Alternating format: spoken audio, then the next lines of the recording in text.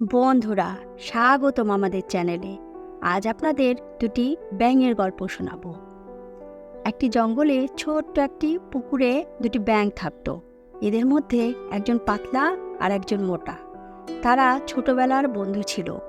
দুইজন সারাদিন পুকুরে একসাথে খেলতো, গল্প করতো, ছোটাছুটি করে তারা মজা করত। এই দুইজনের পুকুরের আশেপাশের নতুন জায়গা দেখতে আর ঘুরতে ভালো লাগতো। একদিন দুইজন এভাবে ঘুরতে ঘুরতে জঙ্গলের বাহিরে একটি খেতে গিয়ে পৌঁছালো। সেখানে তারা দেখলো একজন গোয়ালা তার গরুর সাথে দুধ দোয়াচ্ছে। তারা কখনো কাউকে এইভাবে দুধ দোয়াতে দেখে নাই। গোয়ালা দুধ দোয়ায়ে একটি বালতি ভর্তি করে রেখেছে। এই দুজন এই দুধ দেখে খুব অবাক হলো, কারণ তারা এরকম সাদা পানি কোনোদিন দেখেনি। তারা শুধু জঙ্গলের পুকুরে নোংরা পানি দেখেছে। তারা ভাবলো, এটা আবার কী জিনিস, সাদা পানিতে সাঁতার কাটার মজাই আলাদা হবে। তাই আজ একটু সাঁতার কাটি, এই ভেবে তারা বালতির মধ্যে লাফ দিল। তারা সাদা পানি পেয়ে খুব খুশি হলো। ওখানে দুজন খুব মজা করতে লাগলো। কখনো ডুব দিল, কখনো সাঁতার কাটলো। অনেকক্ষণ লাফালাফি করার পরে মোটা ব্যাঙ বলল, বন্ধু চলো, এখন বাড়ি যাওয়ার সময় হয়েছে, জঙ্গলে চলে যাই। পাতলা ব্যাঙ বলল, হ্যাঁ বন্ধু, চলো চলে যাই। তখন তারা যাওয়ার জন্য বালতি থেকে লাফ দেওয়ার চেষ্টা করলো, কিন্তু বালতিটা একটু বড় ছিল। তারা লাফ দিতে পারছিল না।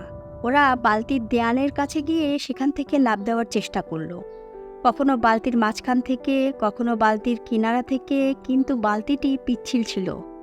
দুধের তৈলাক্ততা আর পিচ্ছিলের কারণে তারা বালতি থেকে কোনোভাবে বের হতে পারছিল না।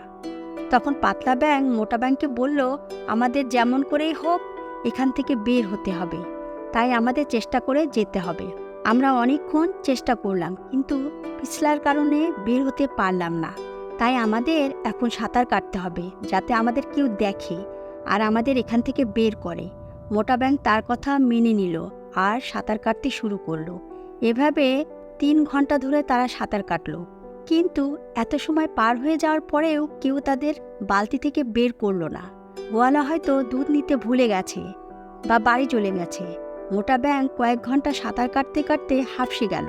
সে বলল, ভাই, আমি আর সাঁতার কাটতে পারবো না, আমি আর কষ্ট করতে পারবো না, এখন হয়তো আমি ডুবে মারা যাব। আমরা ছোটবেলার বন্ধু, একসাথে অনেক সময় কাটিয়েছি, অনেক মজা করেছি, কিন্তু আজ মনে হচ্ছে সব শেষ হয়ে যাবে। পাতলা ব্যাঙটির এই কথা শুনে চোখে পানি চলে আসলো। তার সামনে তার ছোটবেলার বন্ধু সাঁতার কাটা বন্ধ করে দিল আর মরে গেল। এটা দেখে ব্যাঙটি আরও জোরে জোরে সাঁতার কাটতে লাগলো। ওর ভিতরে আগুন ধরে গেল। যেভাবেই হোক আমাকে এই বালতি থেকে বের হতে হবে, আমি হার মানব না। আমি যদি হার মানি তাহলে আমিও মরে যাব।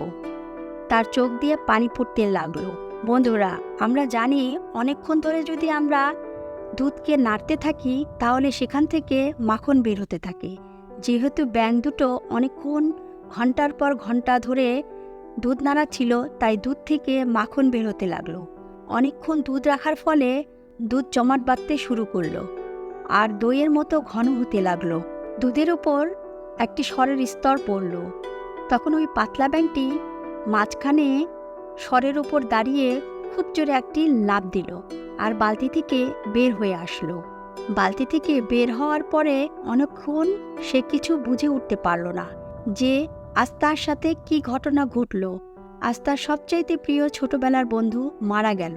তার মৃত্যু কেন হলো? কারণ সে হার মেনে নিয়েছিল।